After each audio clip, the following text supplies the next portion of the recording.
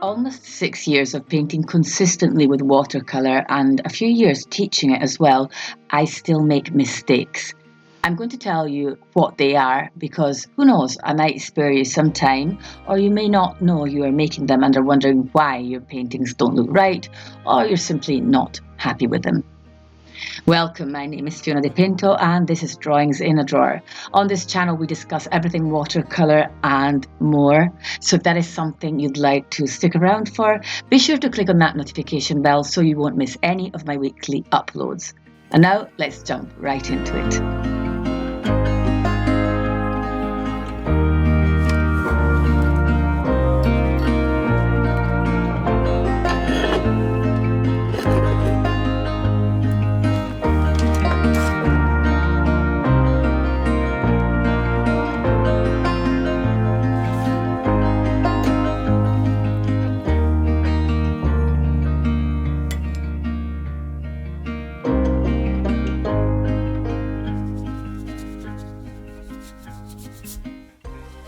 How niche is this channel? How niche can watercolour possibly be? I'm sure there are many others out there who love this medium. There must be a sea of people. If you're one of them, I'd love for you to leave a comment down below. Let me know how watercolour makes you happy. I like to break in my paintings either by pre-wetting the surface with clear water and sometimes, like now, add colours to it. It doesn't matter which. I know they will blend into each other seamlessly, and by the time the paper has dried, they will almost have become transparent. But in my mind, the painting process will already have begun, and that relieves you from a pretty huge slice of pressure. So that's a little tip just to start off. But I want to go right into what gave me the idea for this video, and this might sound familiar to beginners, but also to more advanced painters.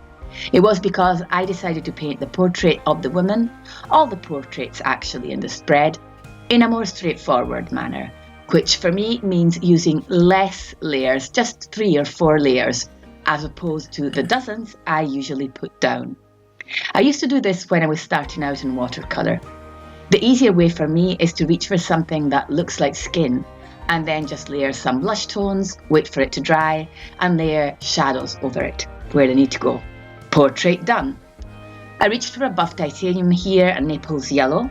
Not only these colours, but other pre-mixed flesh tones, which some brands literally call flesh, will have more or less white in them, just like all the pastel watercolours you see out there.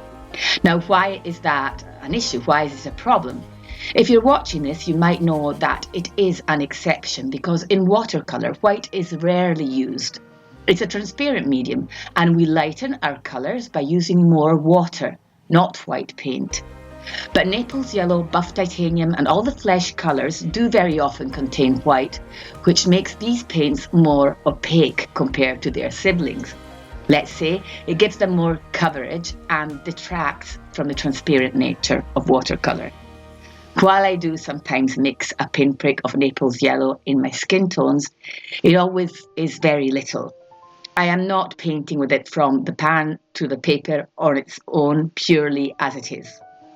Well, when you are using colours that have white in them, you have to kind of forget everything you know about watercolour techniques because in many ways they don't apply anymore. Painting with these colours makes layering a hard experience and it compromises our final result. These colours have a higher concentration of pigment and they block the light from passing through. They are opaque, as I said. These colours with their matte finish remind me more of gouache actually. They always say watercolour and gouache can be used together, but you cannot paint with watercolour over gouache, only the opposite. If I paint with transparent watercolour over an opaque watercolour, I will get mud. The interaction between the colours is different and the skin will end up looking patchy and flat. I managed to salvage things in the first portrait of the woman, but you will see later on how this wasn't really the case with the other two who just seemed to glow less.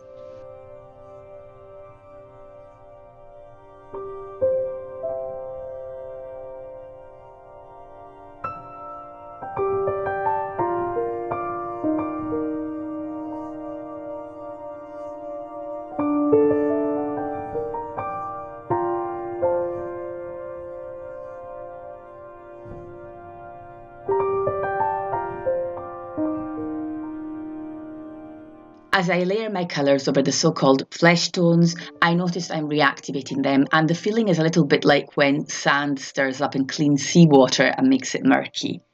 The white in the paint underneath affects the transparency of the paint I'm using over it. I found myself having to go in very gently with my brush so as to not disturb those layers below. They would not shine through like with transparent watercolour. They would take over and create a muddy, dull complexion that has nothing that resembles the luminosity of the human skin. So if that has been happening to you, make sure you're not using watercolours with white in them, especially to layer. This kind of watercolour needs to be the last and final layer, or to be used as a matte background, as you'll see me do here. So we will not use these colours to start off, we'll use them to wrap things up. And even then, you cannot use them for glazing, which is a technique where we use a puddle of water with a touch of paint in it to warm up or cool down our subject at the end of our painting. With these colours, glazing would not work because the whole point of it is to enhance and not cover the layers below so that they come to life even more. So yes, 6 years on and I'm still making these mistakes and forgetting about them now and then.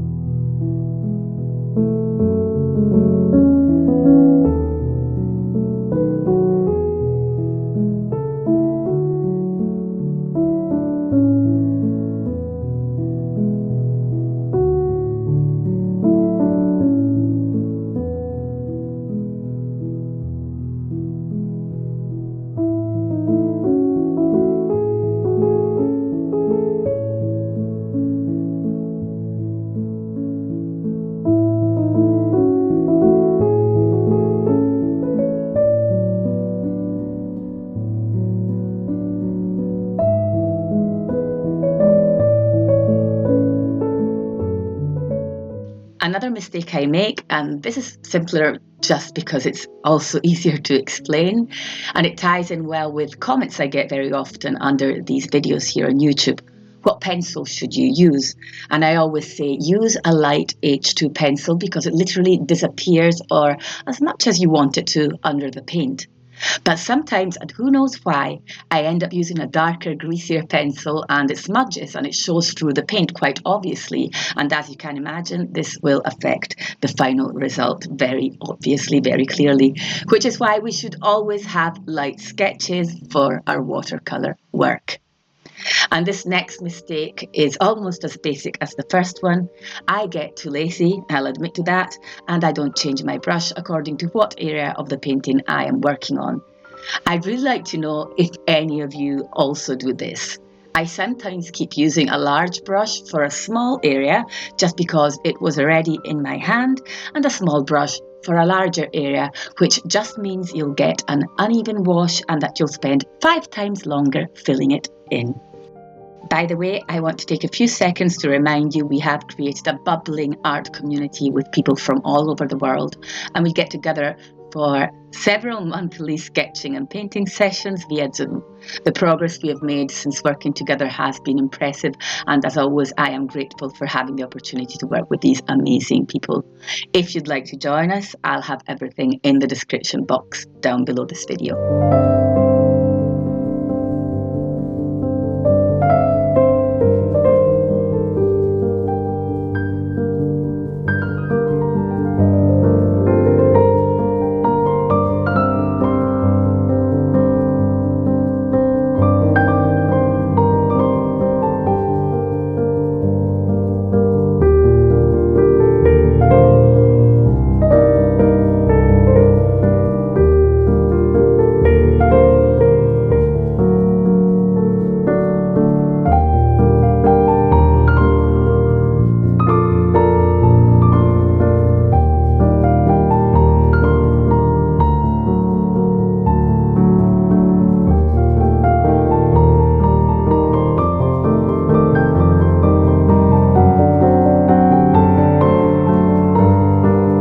Another mistake I have made, which probably can apply to many areas of art or even life, I slowed down the process of finding my own style because I was too busy watching what others were doing and believing that my style should be like theirs.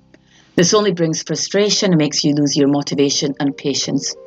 I had to go back to drawing, which is something that we have been doing every month with our monthly sketching challenges, and somehow it's brought me back to the basics of what I have always wanted to do, and that is to tell a story, whatever that may be. I also think that's why my art started really finding a personality of its own when I started working in sketchbooks. They reminded me of storybooks. It was like something clicked or a lock had snapped open. So even if this is not a technical mistake, it is still something that will slow you down massively if you, like many others, are trying to find your style and your own voice in this medium. Paint without judgment. Paint different subjects and don't look at anyone else's style.